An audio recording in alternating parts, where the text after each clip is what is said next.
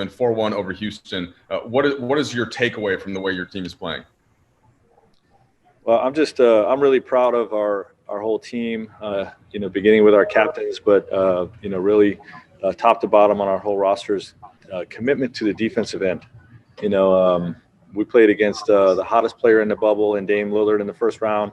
And, this team that is unique and has one of the most high-powered offenses in the history of the league. James and Russ, both MVP level players, great three-point shooting support system. And, we really committed to the defensive end. And, even though they have a three-point attack, it was a paint-first mindset.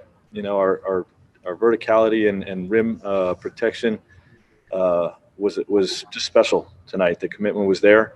And from the beginning of the season, our group has really committed to that end of the floor, and it's paying dividends right now. Frank, what's most impactful about the LeBron and AD combo on and off the court? As I don't know if there's a difference in postseason or regular season, but is there anything that stands out about the way that those two impact things?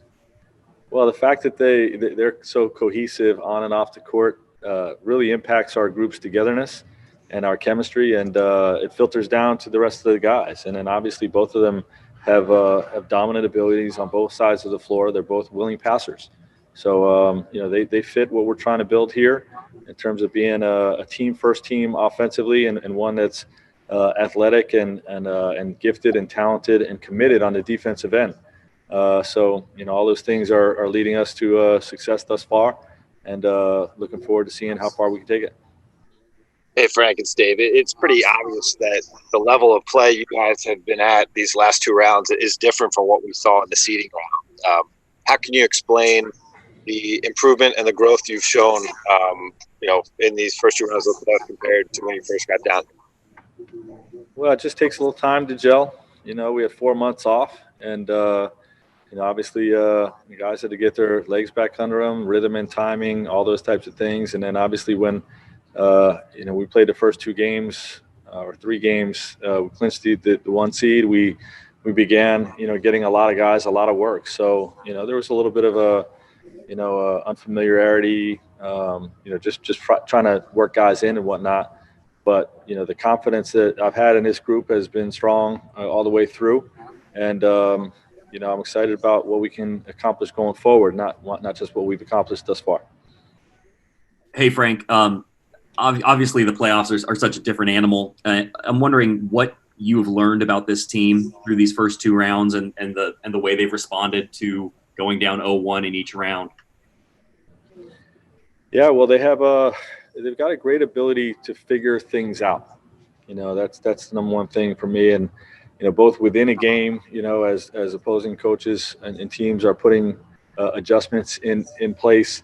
Our group's ability, our assistant coaches, myself, our player leaderships, every guy from the first guy to the last guy down the end of the bench is talking and, just figuring the game out and figuring the series out.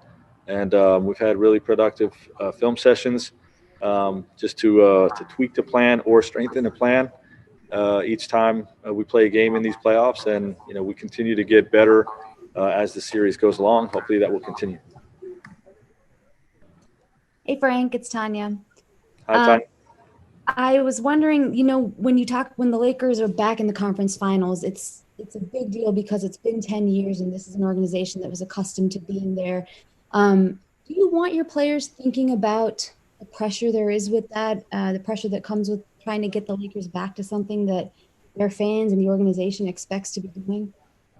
To me, those are end result things. We're super happy for our fans. We're the best fans in the world and the largest fan base in the world in terms of NBA basketball. And Laker Nation, we're all happy for you guys to have the success and put us back in the conference finals with the opportunity to do something great.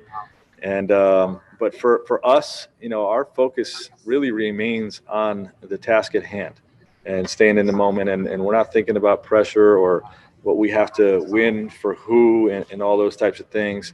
We really just have a task-oriented, stay in the moment mindset. And, it really pays dividends for us. Allie? Right. You got, some of your role players tonight. Danny Green, especially on the defensive end, and the way they can't carry out the offensive plan against James and Russ. Have you guys grown in this series, needing not to be quite as reliant on LeBron and AD this past night? I think the supporting cast played well in this series, but I think they played well for us all year. We have an extremely deep team, and we have obviously the two big guns, but it's when you have an army of guys that can really step up and be a third leading scorer or a defensive star on any given night. Whether it's our centers who didn't even play in this series, or like I said, the army of wings that we have that can dribble, pass, shoot, and guard. That's a tough thing to prepare for. And the consistency that we've seen in these playoffs, and it just gives us a lot of optimism and hope for what we can accomplish with what we have around Anthony and LeBron. Jeff? Frank, pre-game you talked about the two lessons from your first series and then the Clippers Denver Nuggets series, and then you said LeBron sometimes gives hints and clues on how he's going to come out. Those two things tonight manifested itself in the first quarter. What did you think of that as how it set the tone for the game? Yeah, our whole group was really locked in, and you can see that with LeBron. He's always locked in, but he was definitely locked in for getting the job done tonight. There was great importance placed on a sense of urgency and getting the job done with this group, with this game, and learning the lessons of understanding that the Nuggets came back last night after 3 quarters being down. Portland played a great game in an elimination game against us. The Rockets' last game, when we had a 23-point lead, cut it to 5. They're going to keep fighting, and we understood how good a team this is. So I was just proud of the sense of urgency that our whole group brought to tonight's game. All righty, I think last question. Tanisha has it on Zoom. Yes, Anthony Slater. Yeah, Coach, you coach some really good Indiana playoff defenses.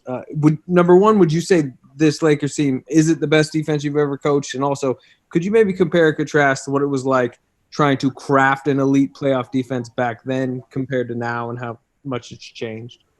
Yeah, I'd prefer to stay away from comparisons, but I love how this team is defending right now. I can tell you that much. And, this is a different era of NBA basketball. So the scheme that we used back then is very, very different than what we're using right now. But this group is really locked into the details of it, and it's a heck of a weapon, in these playoff series to be able to really take away the other team's strengths. And when you have the ability to do that with the offensive firepower that we have, you have a chance to do something special.